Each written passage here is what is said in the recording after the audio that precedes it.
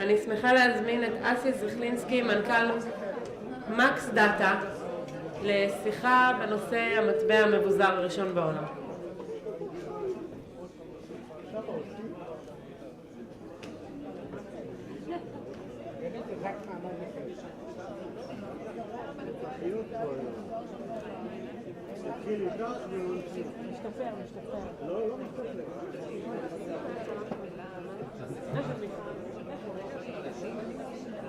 שלום לכולם,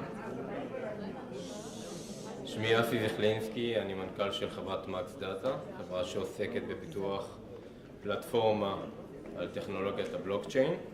אנחנו נעסוק היום בפאנל בנושא של המטבעות הדיגיטליים, ניגע גם בנושא של ההשפעה של הרגולציה וגם כמובן בתפקידו של הדירקטור בחברות מסוג כאלו. אני שמח להזמין לכאן לבמה שניים מהאנשים היותר מוערכים בתעשיית הקריפטו פה בישראל. מר מני רוזנפלד, היושב ראש של איגוד הביטקוין בישראל.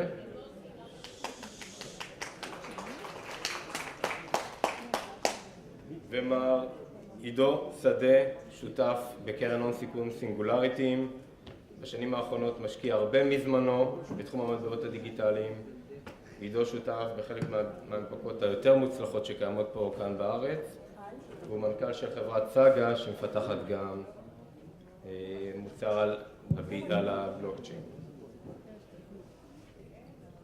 לפני שאנחנו נתחיל את הפאנל, אני רוצה קצת לספר לכם על החזון של החברה שבעצם אני בא ממנה.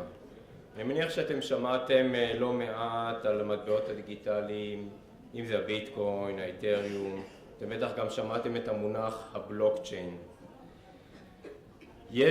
הדעות הן מאוד חלוקות בעולם, כמו שאתם יודעים, לגבי המטבעות הדיגיטליים.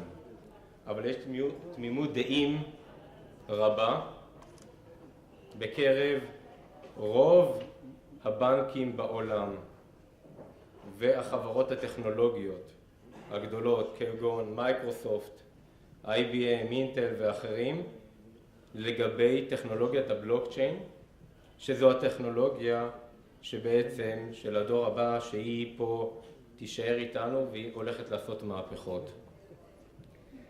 לא מעט הושקע בטכנולוגיית הבלוקצ'יין, עשרות מיליארדי דולרים, ועד עתה לא באמת ראינו שום אפליקציה שבאמת מביאה את המסה של כל האנשים לשימוש בטכנולוגיה הזאת. ראינו אפליקציות בנישות כאלה ואחרות. שאנחנו בעצם בחברת מקס דאטה באנו פה עם החזון שלנו, מה שאנחנו בעצם רצינו זה לפתור בעיה מאוד כואבת שקיימת אצל כל בן אדם בעולם, ובנוסף שהפתרון הזה הוא יוכל לעשות על ידי הבלוקצ'יין, כי הוא הדבר היחיד היום שגילינו שמסוגל לעשות את זה. מה שמקס דאטה עושה, וזה חשוב פה בעצם לכולם, היא רוצה להוריד את עלויות המחיה של כל אחד מהאנשים בעולם הזה. אתם יודעים, זה מדובר על תקשורת, ביטוחים, financial services, אנרגיה, travel, כל מה שנוגע לכל אחד מהאנשים. וכל זאת על ידי זה ששמים את הצרכן במרכז. נגמרו הימים שבה הצרכנים רודפים אחרי ספקי השירות על מנת להשיג את העסקה הכי טובה. באמצעות הפלטפורמה שאנחנו מפתחים, ולכן אתם תבינו שמה שפה עכשיו הבלוקצ'יין הולך לעשות פה מהפכה, זה לא הדברים רק שאולי אתם שמעתם הרעים, כי תבינו שיש פה הרבה דברים טובים. מה שהפלטפורמה שלנו מאפשרת היא לחבר בעצם את ספקי השירות לצרכנים בצורה ישירה דרך הבלוקצ'יין, ובאופן הזה נותנת לנו את האפשרות לתת לו את ההוזלה של כל עלויות המחיה שלו.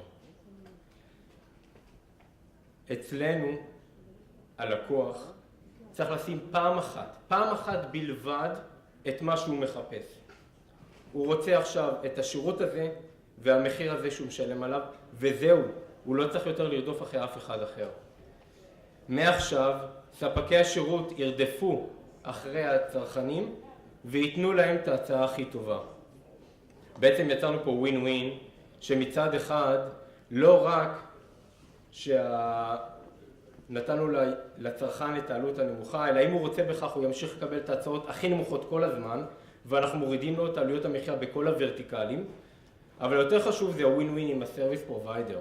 זה פעם ראשונה ever שמגישים לו על מגש של כסף את כל הצרכנים בדיוק מה הם מחפשים, והם לא צריכים יותר לנחש שום דבר, לא צריכים טלפונים אליכם, לא צריך אימיילים כמו שמשגעים אתכם עד היום.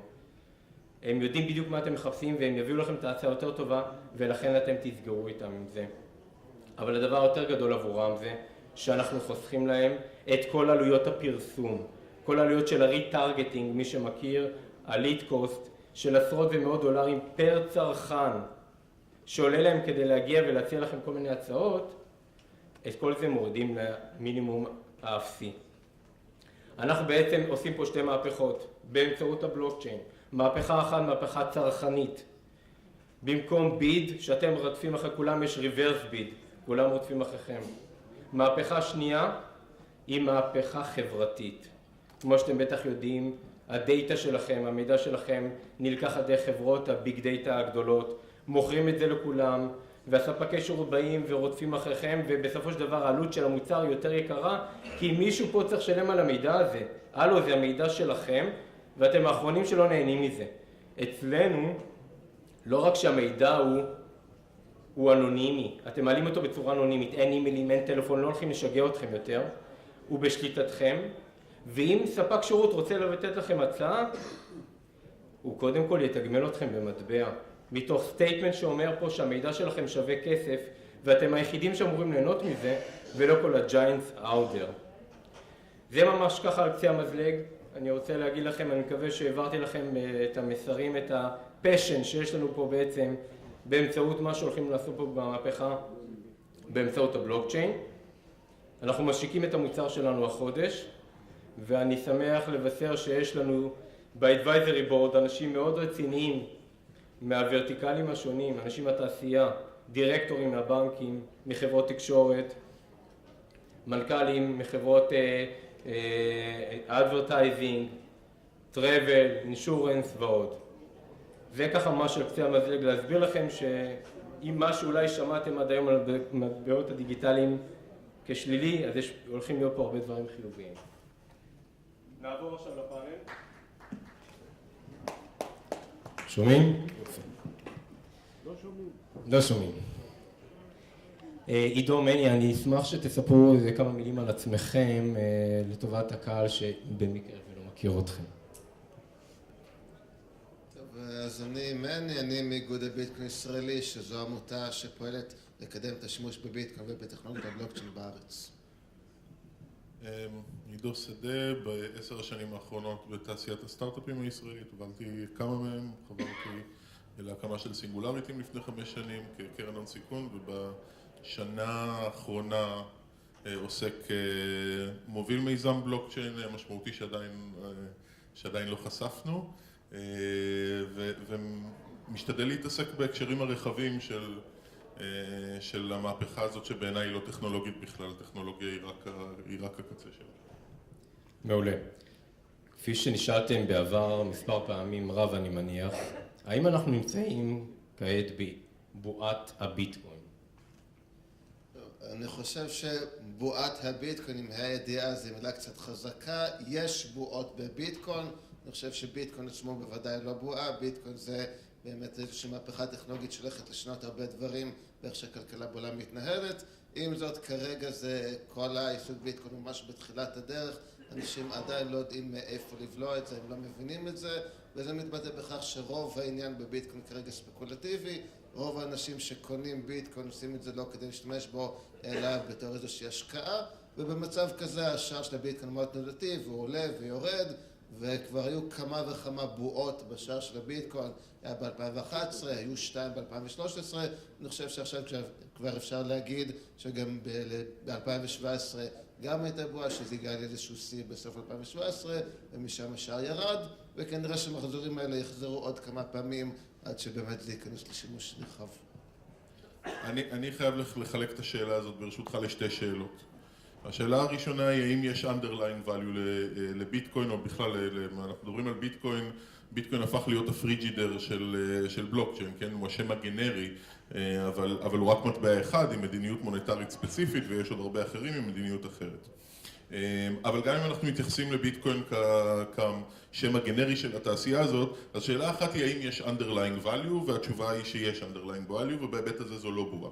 השאלה הבאה היא האם ה-value מתומחר, אני אשמח לענות גם על זה. להבנתי בשביל זה הזמינו אותנו, בשמחה. השאלה השנייה היא האם ה-value מתומחר, האם יש קשר בין התמחור של ה-value לבין ה-underlying value, וכאן אני חייב להסכים ממני. אני חושב שמה שמניע בעיקר אנשים כרגע לרכוש ביטקוין זו ספקולציה, זו התחושה שהם נכנסים למשהו שהקהל הרחב עוד לא נכנס אליו ושלכן ה-value שלו יעלה, ובהיבט הזה זו בהחלט בועה. כי הקשר בין הוולואציה לבין ה-underlying value הוא מאוד מאוד רופף. אם תרצה שנתייחס רגע למה ה-value...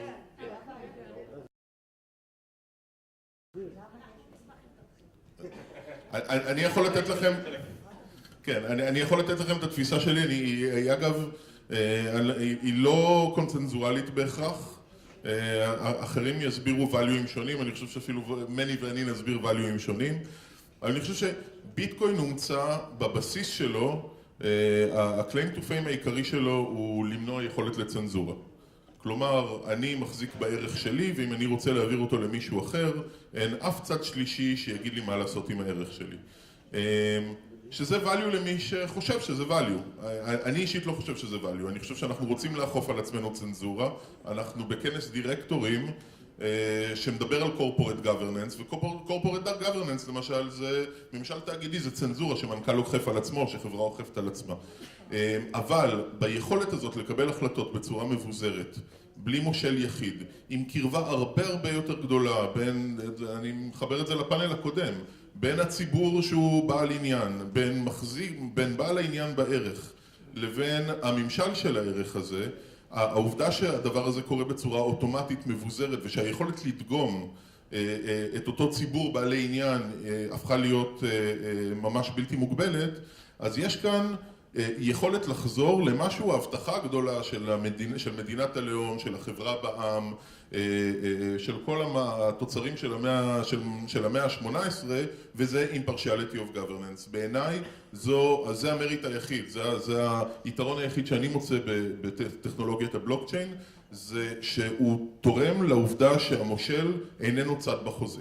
שהמושל מושל בחוזה מבחוץ, וזה תורם חזרה, אני חושב שזה עונה לתסכול מאוד מאוד גדול, שמתקשר לכל מה שאתם מדברים עליו כאן היום, אולי מזווית קצת אחרת, והוא שהמושלים שלנו הפכו להיות בהרבה מאוד מקרים צדדים בחוזה.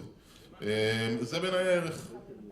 אני חושב שהשאלה מה הערך של ביטקוין זאת שאלה דואלית, ששואלת גם הערך של המערכת ביטקוין, ובנפרד מה הערך של כל יחידת ביטקוין, okay? אם כותבים את זה באנגלית, אז ההבדל בין אם זה ביג דולר או ביג קטנה, המערכת או כל ביטקוין אחד שאני מחזיק.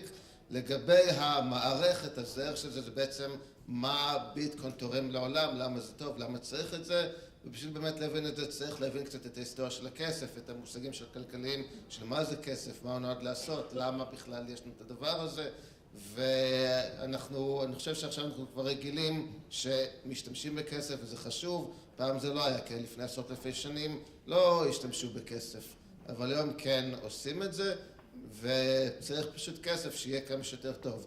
עם הכסף שאנחנו מכירים כיום, כל השקלים והדולרים וכולי, יש כמה וכמה בעיות, שקודם כל בשביל להשתמש בזה אנחנו צריכים את הצד השלישי, שזה המדינה והבנקים וכולי, שבלי זה אנחנו לא יכולים לגשת לזה בכלל, וזה נותן להם המון כוח שהם יכולים גם לנצל לרעה.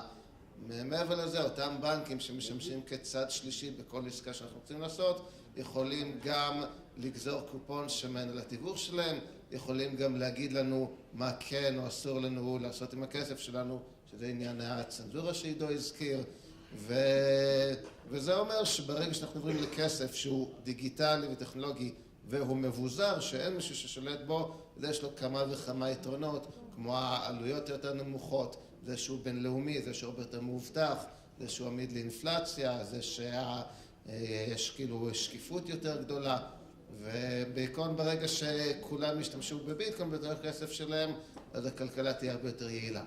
השאלה השנייה זה למה שלכל יחידת ביטקוין יהיה ערך, וזה מאותן סיבות שלכל מטבע יש ערך. ברגע, הערך של כל דבר נובע מהיצע וביקוש, הביקוש של מטבע הכסף זה עבור השימוש בו, עבור שלושת התפקידים הקלאסיים של מטבע שהם אמצעי לסחר חליפין, אמצעי לשמירת ערך ויחידה חשבונאית. ככל שמשתמשים בו ורוצים אותו יותר בשביל הדברים האלה, כך גם הערך של כל יחידת מטבע תהיה יותר גבוהה, וזאת הסיבה שלשקלים ולדולרים יש ערך, פשוט כי משתמשים בהם. מני, מאחר שנשארו פה מספר דקות לסיום כבר, בואו נדבר שנייה על תפקידו של הדירקטור. כמו שאתם יודעים, ארגון הדירקטורים פה העלה את חשיבות הדירקטור בחברה ואת השפעתו והאחריות שהוא נוטל על עצמו בקבלת ההחלטות, בניגוד לאופן שזה נעשה בעבר עד היום. איך אתם רואים את תפקידו של הדירקטור בחברה ציבורית או פרטית שעוסקת בתחום המטבעות הדיגיטליים, אשר צריך בין היתר להתמודד עם חוסר רגולציה מצד אחד, אך מצד שני מנסה לייצר פיקוח על הנהלת החברה, במצבים בהם ההנהלה רשאית לפעול בחופשיות רבה יחסית לפני ואחרי הנפקת מטבע דיגיטלי? אני אנסה לענות, אם כי אני חייב להגיד שאני חושב שלא בטוח שהוגן לדרוש מהדירקטור להבין איך תפקידו לפעול, כשהפריימורק שבתוכו הוא אמור לפעול לא כל כך מוגדר. ועדיין, מן הסתם זאת המציאות, כי נולדות חברות כאלה, ויש לקונה רגולטורית מאוד מאוד משמעותית. אני יודע שמטפלים בה כל הזמן. גם גיתית מובילה ברשות לניירות ערך פרויקט כבר במשך חודשיים, וגם יצא טיוטת חוזר מנכ"ל שני. בנק ישראל לבנק ישראל אנחנו עוד מחכים, אבל רגולטורים עסוקים בנושא. כנראה שההמלצה מספר אחת תהיה לשאול מה השתנה, ואז לגלות שברוב המקרים לא השתנה שום דבר. השתנו יכולות, השתנה הסקייל לכמה אנשים אפשר לפנות, אבל פונדמנטלית חובת האמון שיש להנהלה כלפי הציבור שהיא מייצגת, גם אם הוא קנה טוקן, גם אם הוא קנה מניה, היא אותה חובת אמון.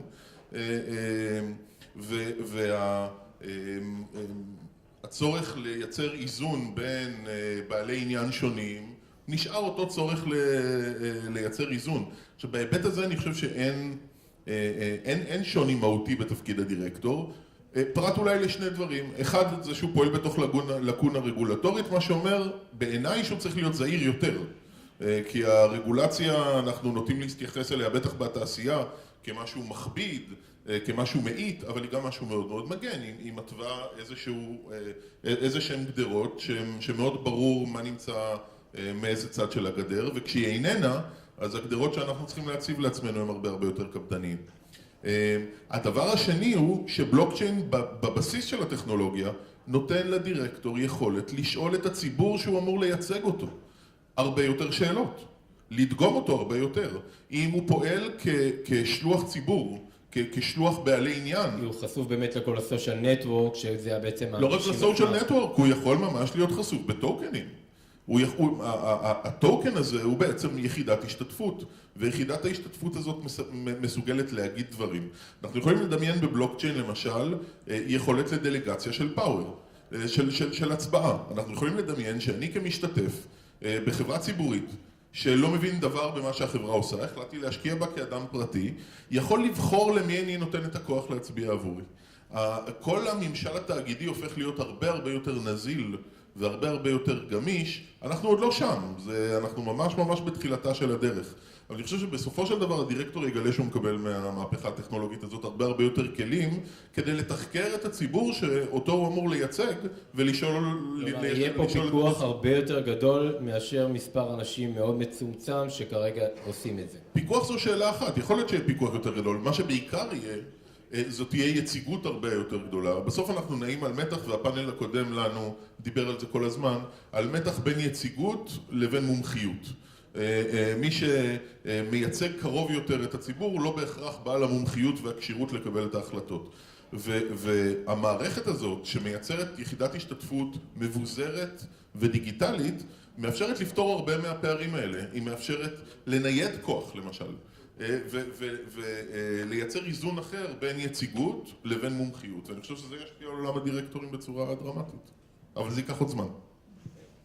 כן, אני רוצה להדגיש שחוסר בהירות רגולטורית זה לא טוב. אנחנו רוצים שהרגולציה תהיה ברורה והגיונית, וזה אינטרס של כל חברה שפועלת בתחום של הביטקוין ובלוקצ'יין וכולי, לדחוף לכך שתהיה רגולציה ברורה והגיונית. כל עוד אין רגולציה מספיק טובה, אז זה יותר, צריך פשוט להשיג סוללה של עורכי דין שיתנו חוות דעת, שלפחות יגנו למקרה שרגולטור בסוף החליט שצריך איזה משהו אחר, וזה בעצם התפקיד של דירקטור פה, לדחוף לכך שזה מה שהחברה תשאף אליו. מעולה. דרך אגב, מה אתם חושבים שיהיה ערך המטבע של הביטקוין בסוף 2018? אני מסרב לענות על השאלה, זו בעיניי לא שאלה, זו שאלה לא מעניינת. אוקיי. אני לא... אם משה היה פה, הוא היה אומר. אם משה היה פה, הוא היה אומר בטוח. ובפעם הקודמת, אחד השותפים שלי בסינגולריטים, אם בפעם הקודמת זה אפילו הצליח לו. אבל בעיניי זו לא השאלה המעניינת. שוב, הביטקוין כרגע נמצא בתקופה שבה הערך שלו הוא בעיקר ספקולטיבי, אז אם אתה שואל אותי באיזה רמה תהיה הספקולציה בתאריך נקוב, לא יודע. הציבור מתעניין לדעת. כן, אז אני גם לא אענה, כי אני כמובן לא יודע, השארתי את הכדור בדולח בבית, אבל זה לא אומר שאין כמה דברים מעניינים שאני כן יכול להגיד על זה. קודם כל אני אציין שאם היית שואל אותי על שער הביטקוין לא בסוף השנה אלא בעוד 10 שנים, יכול להיות שהייתי יכול להגיד דברים יותר אינטליגנטיים, גם אני לא באמת יודע, אבל אז לפחות אפשר לדבר איפה אנחנו רוצים שביטקוין יגיע, כמה זמן ייקח לו, מה המסלול, אז אולי על זה אפשר להגיד משהו. מעבר לזה אני רק רוצה לציין שלפני 4 שנים היינו במצב מאוד דומה לאיפה שאנחנו היום, כשהשער הגיע לשיא בסוף 2013, ואז ירד ונשאר נמוך למשך כמה שנים. אז אם יש שוב חזרה פה של ההיסטוריה, אנחנו שוב פה בהתפוצצות באה, זה יכול בהחלט להיות שבסוף השנה השער דווקא יותר נמוך משהו עכשיו. שאלה אחרונה, כבר היום בעצם קיימים למעלה מ1,000 מטבעות סחירים בבורסאות השונות של הקריפטו, וזה רק הולך לעלות בצורה משמעותית. איך בעצם כל האנשים הללו פה שרגילים לעבוד עם מטבעות יחסים כמות מועטת, יכולים בכלל להתמודד עם הכמות הזאת של המטבעות שהולכת להציף אותם, כי זה הכיוון שלנו בעצם של הזה. איך אתם חושבים שהעסק הזה הולך להתנהל? קודם כל אני חושב שזה חשוב לעשות הפרדה בין מטבעות לבין טוקנים. המילה מטבע היא מילה שעומדת בסטנדרט כלכלי, שאומר שזה צריך להיות store of value, מאחסן ערך ו-unit of account, אמת מידה חשבונאית ו-medium of exchange, מטבע עובר לסוחר, וכאלה יש רחוק מ1,000. אנחנו גם בתעשייה מאוד מאוד צעירה, וכנראה שה50 או 60 כאלה שיש יצטמצמו עד שהם באמת יגיעו לשימוש רחב הם יצטמצמו. הנושא של טוקנים או של אסימונים הוא הרבה יותר מורכב ופשוט, הוא לא מטבע בכל מקרה, הוא סוג של יחידת השתתפות. בין אם היחידת השתתפות הזאת היא יחידת החזקה בנכס, בין אם יחידת ההשתתפות הזאת היא סקיוריטי, היא נייר ערך, ואני בטוח שנמצא עוד הרבה מאוד שימושים ליחידת ההשתתפות. אני חושב שמה שחשוב לזכור כאן זה שאנחנו מגדירים שפה חדשה. וכשמגדירים שפה חדשה אנחנו נורא חשוב לנו לשים את הדברים בקטלוג הישן שלנו, אבל הקטלוג שלנו בדרך כלל לא טוב. אם היית אומר למלך לפני 300 שנה שיהיה דבר כזה דירקטור, הוא היה צוחק כנראה באותה מידה שזה נשמע לכם מוזר היום. כי המלך היה אומר, יש רק אחד שיודע לגייס חוב, וזה רק למטרה אחת, זה לצאת למלחמה, ואת זה יודעת לעשות רק המדינה. ומה זה בדיוק החברה בעם הזאת? אתם ממציאים לי פה ישות משפטית, ותספרו לי עכשיו איך יש לדלגציה. זה היה נשמע מופרך ופרוך באותה מידה שמה שאנחנו מדברים עליו עכשיו נשמע מופרך. אנחנו ממש בתחילת הדרך, ואני חושב שהאתגר הכי גדול הוא אתגר ייצור השפה. חסרה לנו שפה. תנסו לשאול מה זה ynet. האם זה עיתון או ספר? זה לא, זה אתר אינטרנט. אבל כשעוד לא הייתה את ההגדרה של מה זה הדבר הזה, אז היינו כנראה מנסים לקטלג את זה באחד ממעבירי הידע שהכרנו עד אז. כן, אז קודם כל אני כמובן מסכים שצריך להפריד בין המטבעות לאסימונים. מבין 1,000 שהזכרת, רק מעטים נועדו באמת לשרת את המטרות הקלאסיות של מטבע. מבין אלה שכן, תראה, אני מאמין שמספיק לכלכלה שיהיה מטבע אחד טוב. הסיבה שיש כמה מטבעות זה שאף אחד לא יודע באמת איך צריך לבנות את המטבע שיהיה כמה שיותר טוב. יש כמה מטבעות שמתחרים ביניהם. עכשיו לגבי השאלה איך מתמודדים עם זה, לא צריך להתמודד. כלומר, מי שרוצה שהחיים שלו יהיו פשוטים, יכול פשוט להשתמש בביטקוין, שזה הבסיס, זה המכנה משותף אוניברסלי. מי שכן רוצה להשתמש בדברים נוספים, בעתיד אני מניח שיהיו פלטפורמות להקטין את החיכוך, שאני, אם יש בעל עסק שמקבל לייטקוין ולי יש ביטקוין, אז אני אוכל פשוט להמיר את זה ושזה יהיה בצורה שקופה, ושאני צריך להתעסק עם זה, ככה גם עם כל שאר המטבעות. אני כן רוצה ברשותך לענות לזה, אני יודע, אני אעשה את זה קצר. אני בעניין הזה מאוד מאוד חלוק ממני, שאני מעריך מאוד, וגם את התרומה של ביטקוין כפורץ של השוק הזה. אני חושב שאם יש יתרון גדול אחד לעולם הזה, בקונספט של בלוקצ'יין, הוא שפתאום לא רק המדינה יכולה להנפיק מטבע, מה שאומר ששיטה מוניטרית מונוליטית בת 300 שנה, פתאום יכולה לנסות שיטות מוניטריות אחרות. לא היה עולה על דעתנו שכל חברות הפארמה יתנהלו אותו דבר, הם כנראה או היו כולן מצליחות ביחד או כולן נכשלות ביחד. אנחנו לא מכירים הרבה מבנים, לא בטבע ולא מבנים כלכליים שמתנהגים באחידות. הפיזור הזה, האסטרטגיות השונות, הם חלק ממה שמקנה יציבות, ואני חושב שחלק מהחולשה המוניטרית של העולם המערבי היום בנויה על זה שבסופו של דבר כולנו מבוססים בסטיות קטנות מאוד על אותו fractional reserve שמתנהל תחת אותה מדיניות מוניטרית, ופתאום יש אופציה לנסות הרבה מדיניות מוניטריות, וביטקוין הוא אחת מהן, וכשאחד יעלה אז השני ירד, אחד יהיה ממונף יותר ואחד יהיה ממונף פחות. דווקא הדייברסיטי הזה יביא אותנו לשוק מוניטרי הרבה יותר רזיליאנט, עם הרבה פחות קריסות hopefully. תודה רבה.